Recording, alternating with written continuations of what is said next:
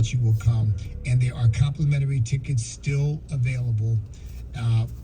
We don't have as many as we had, but we do have complimentary tickets available. The tickets are $150, folks, so this is a significant value. But because of the generous donations of our 出てきた時 friends and supporters あったの先生とあったよ。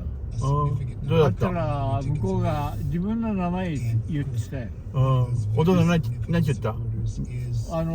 受付のところで。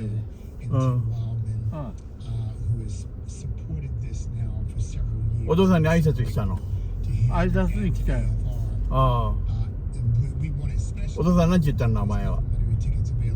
君。ミッキーって言えよミッキー。キミっていうのはラストネームで韓国のキムさん。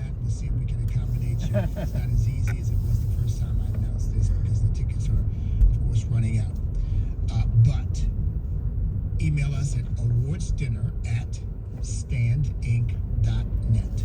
awardsdinner@standinc.net and claim your tickets. Now we only ask again, you've heard me say this, that if you take the tickets and then you can't make it, please let us know, because we ended up paying for a bunch of dinners last year for people who didn't show up, and it's really not fair to our donors to take their money and pay for things that we don't really need because people failed to let us know that they weren't coming. Because if they had let us know they weren't coming, we would have just canceled those dinners, no problem. But they didn't, and so the dinners were already ordered and they had to be paid for. All right, well, with that out of the way, don't forget too, folks, my book, Sweet Land of Liberty, available on our website as well. If you sign up as a Patriot, available wherever books are sold. 今日は何片付けはどうした？片付けたよ。椅子はやってくれたでしょ？大きい椅子はやってくれた。よかった。おじさんがね。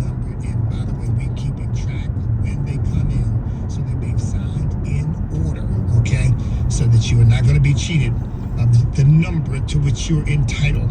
Go to standamerica.us to sign up as a Patriot partner. 金曜日はもう一つの場所だからあれ簡単な一番優しいさコーチだよお父さんの。今日の人は結構ハードあるよ。今日のスピードがあるもんだ。金曜日に行くとこは向こうはちょっと優しい老人のおじいさんがやってるじゃない。あれちょっと簡単だよねもっと優しいよ。白髪の生えた。そう。あの人も優しいよ。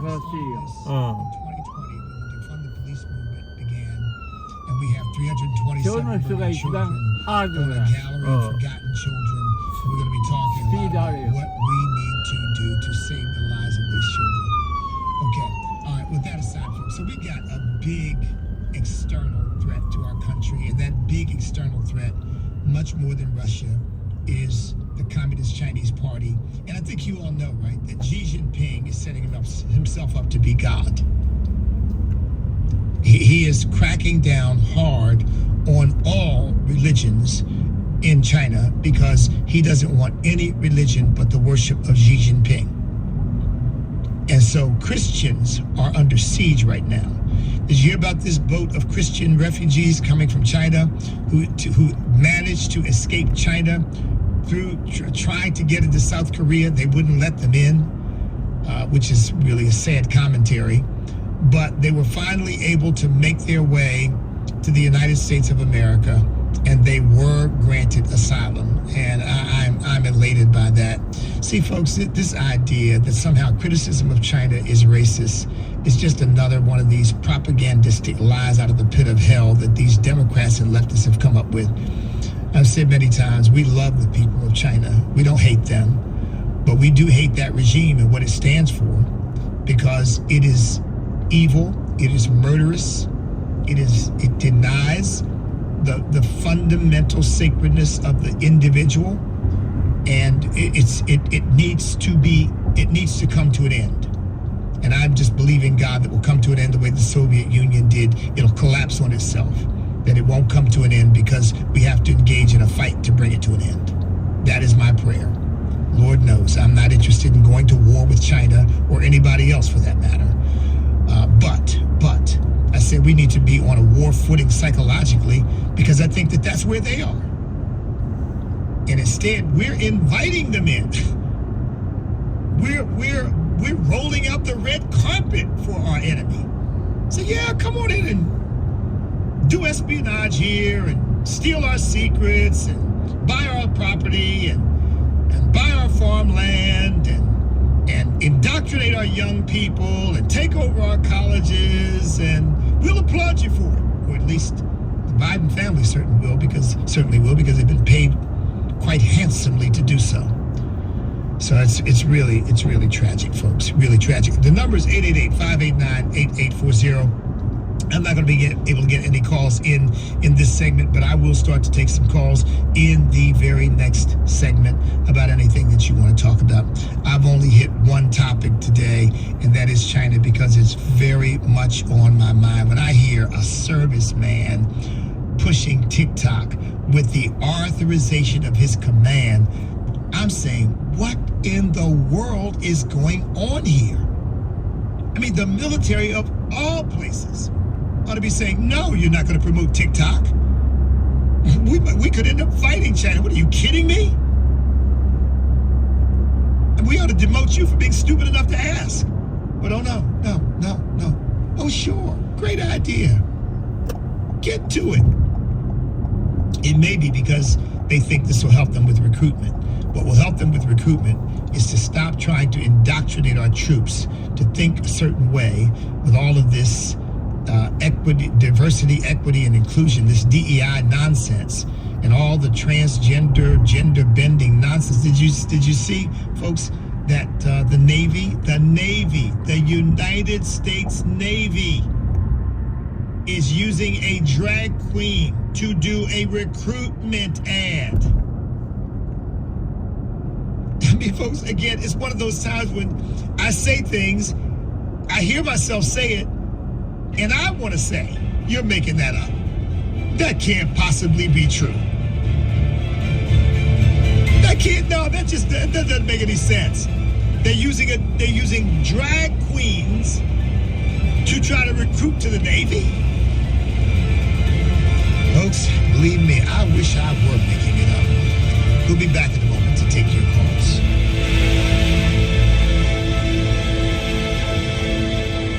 What does the American Family Association stand for? We believe true morality flows from biblical principles and directs people to the manner in which God intends them to live. These values and more are part of our mission to inform, equip, and activate individuals to strengthen the moral foundations of our culture. We also support the church. We want to be a leading organization in biblical worldview training for cultural transformation. Thank you for standing with us as we seek to stop the erosion of godly values. Friendships is offering an exciting opportunity for young adults who want to grow in their walk with God, become physically fit, and learn relief ministry while serving in the Middle East. This is an amazing opportunity to serve God and experience Israel.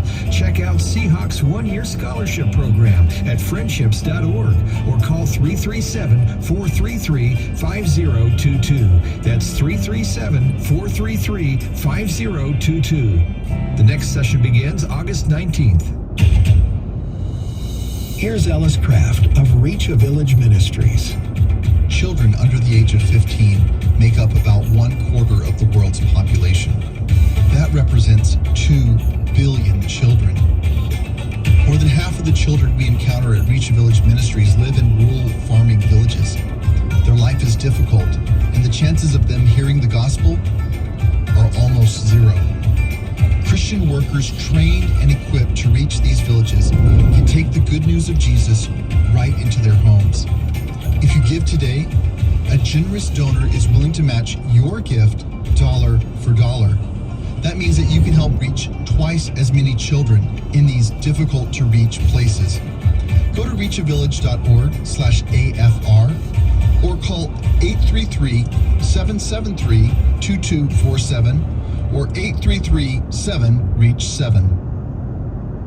Persecuted believers in Asia, they love their enemies and they count it all joy to suffer for the Lord Jesus. This is Bible League International. In China, Pastor Katsu was badly beaten. The thing they did to him is ask him to face the wall, and they strike him chest and his back, and it was very painful. He said afterwards he lay in bed for 3 days that he could not get up. So he said the suffering is really, really hard, but the fruit is sweet. It's a joy of God. Pastor Katsu can say the suffering is sweet because days later his interrogator showed up at his doorstep with a question: why were you at such peace when we were beating you? So he would open his door, open his Mandarin Bible, and lead this man to Christ. Together they have seen thousands come to Christ in China where Bibles are scarce. You and your family can bless these Bibleless believers in China and all across Asia at only $5 a Bible. $100 sends 20. Call 800-YES-WORD. 800-YES-WORD or give at sendbiblesnow.org. Sendbiblesnow.org. Back to the Awakening with Bishop E.W. Jackson on American Family Radio. I'm sure you all heard about this restaurant bar that plays the national anthem at 12 noon, the Rainbow Oaks restaurant just outside of San Diego. They play the national anthem at 12 noon every day, and it gets broadcast or posted, and you got a bunch of people on TikTok basically saying how dangerous that is. One person saying it was the most dangerous moment I've ever had in my life, because to be among a bunch of people who were standing up for the national anthem somehow is dangerous. Well, of course, because it's hateful, it's racist, it's white supremacist. Here's my bottom line thought on that. Folks, you realize the communist Chinese are watching this stuff and just licking their chops, because they're saying, hey, even Americans hate their own country. Even Americans don't like America. I tell you, it's a shame, but they better watch themselves in evaluating that, because there's a whole lot of Americans who love our country, and we're not kowtowing to any communist Chinese or any other kind of communist.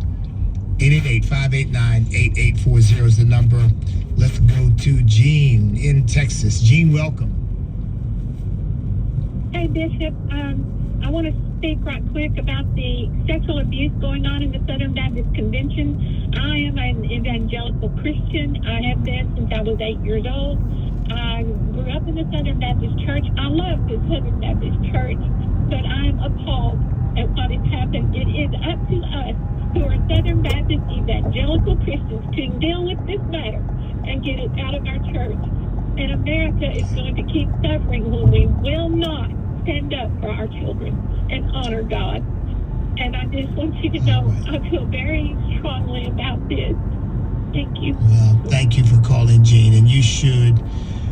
Unfortunately, folks, and this is public knowledge, the Southern Baptist Church, some of their leaders now, not because I know some wonderful Southern Baptist people, but you're right, they're going to have to stand up, because some of their leaders have decided to basically go with the wokeness, to embrace CRT. Oh, we're going to use it as a tool, because, you know, there's certainly good things about it, and to embrace all of this seeker-friendly, bring in the homosexuals, bring in the transgenders, bring in the drag queens. And, you know, there was a fight when Jerry Falwell and a bunch of other evangelical patriots stood up and purged the Southern Baptists of all these leftists, and they're back again.